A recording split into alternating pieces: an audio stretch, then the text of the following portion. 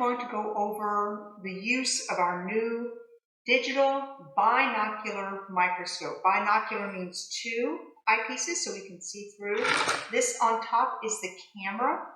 It also has a cable, and the expectation is that it is wound up exactly like this, nice and neat.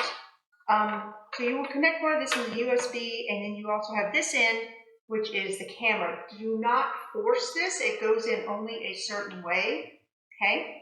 And then this piece, like I said, would go into your computer. The program that you will launch is Microscope, A-M-S-C-O-P-E. If you click your Windows and then search for that, it will open up and you can capture and view, etc. We will be capturing images of the slides. So I'm going to take this off just for now, just to go over the parts of the microscope. So this is how I expect it to be put up. On the back is a scope number. I do want that on any OneNote or any document because I do check these at the end.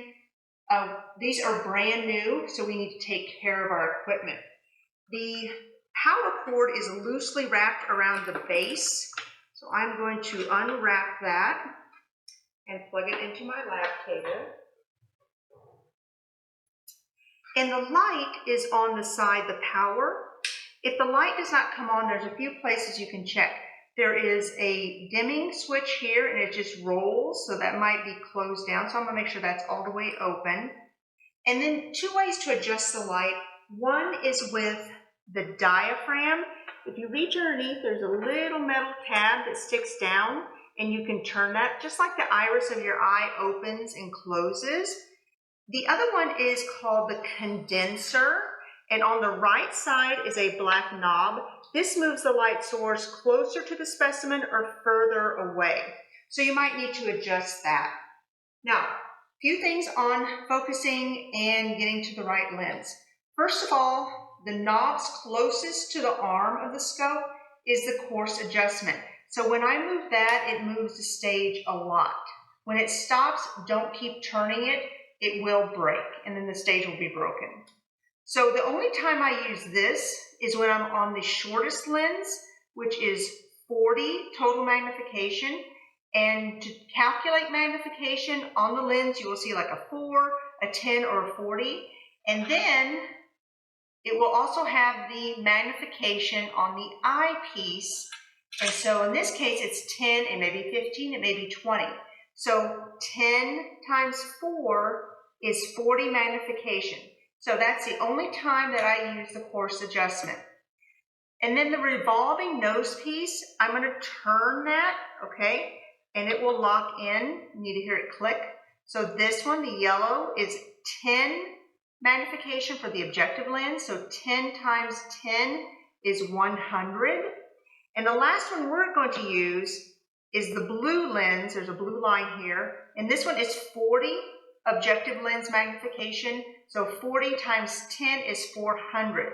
We really want to try to get our magnifications on 400 if possible, if not at least 100. The white lens is for oil immersion, and we will not use that at all. When I have my microscope slide, it's going to go on the stage in the clips. Now, do not try to force it under this arm, under any of this metal. So on this right side is a little tab, and you're going to pull that, lay the slide, and push it in this furthest corner, and then let go. It should not be under any of this silver part at all, okay? So once it's in place, to move my slide, you do not grab a hold of it and manually try to move it. There are two knobs on the left, okay? One, the top one will move it back and forth, okay? The one on the bottom will move side to side. So there's a little trick to get you pretty close to the specimen. So I can see the light source coming through the slide. So what I try to do is, before I ever actually look through the binocular eyepiece, I will bring my stage up till it stops, and then turn it about a quarter of a turn, and then I will try to see the specimen, if it's large enough, glowing, and that will get me pretty close. Then I'm going to use and look through the objective lenses. I'm going to have my left hand on my stage knobs, and my right hand will be on the focusing or the coarse adjustment and eventually the fine adjustment. So coarse adjustment moves it a lot, fine adjustment moves it just a little bit.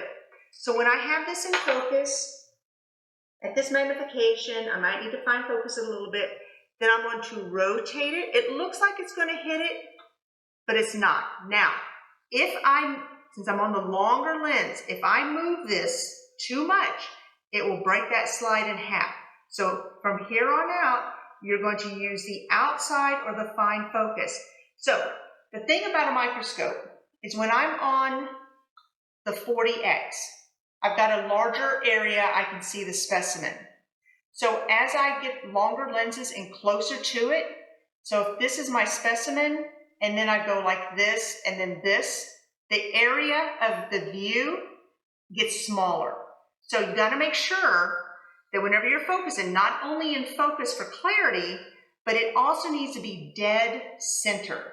Because if you narrow in on it and your specimen's out to the side, you're going to miss it. If you can't find it after searching, I always go back it out and go to my red or my shortest lens and then find it again. And then I continue. I don't want to waste my entire time trying to search with the longer lens. So it's dead center. I can see it. I use the fine focus. It's in focus. And then I'm going to try to go up to 400. Okay? So I'm going to try to go up to 400. And then I will focus it from there. Okay? I will take the pictures with the camera, and I will use the software on my computer, and it's going to go into pictures, or you can choose to have it go wherever you want. It does remember your file, so that is nice. You can dump all the pictures there if you want to. When I am finished with the microscope, clean up. I'm going to move this back to the shorter lens. I'm going to take my slide off. I'm going to lower the stage, and I'm going to turn the light off. Then I'm going to unplug, and I'm going to loosely wrap the cord. And then if I used the cable, I'm going to then wrap this up neatly and use the Velcro strap to help you tighten it up. Okay, these go on the carts. Pay attention to the scope because each cart has 5 scopes. And carefully put it on there, try not to bump it. And there's a red basket on the bottom of the cart, and you're going to lay that in the bottom.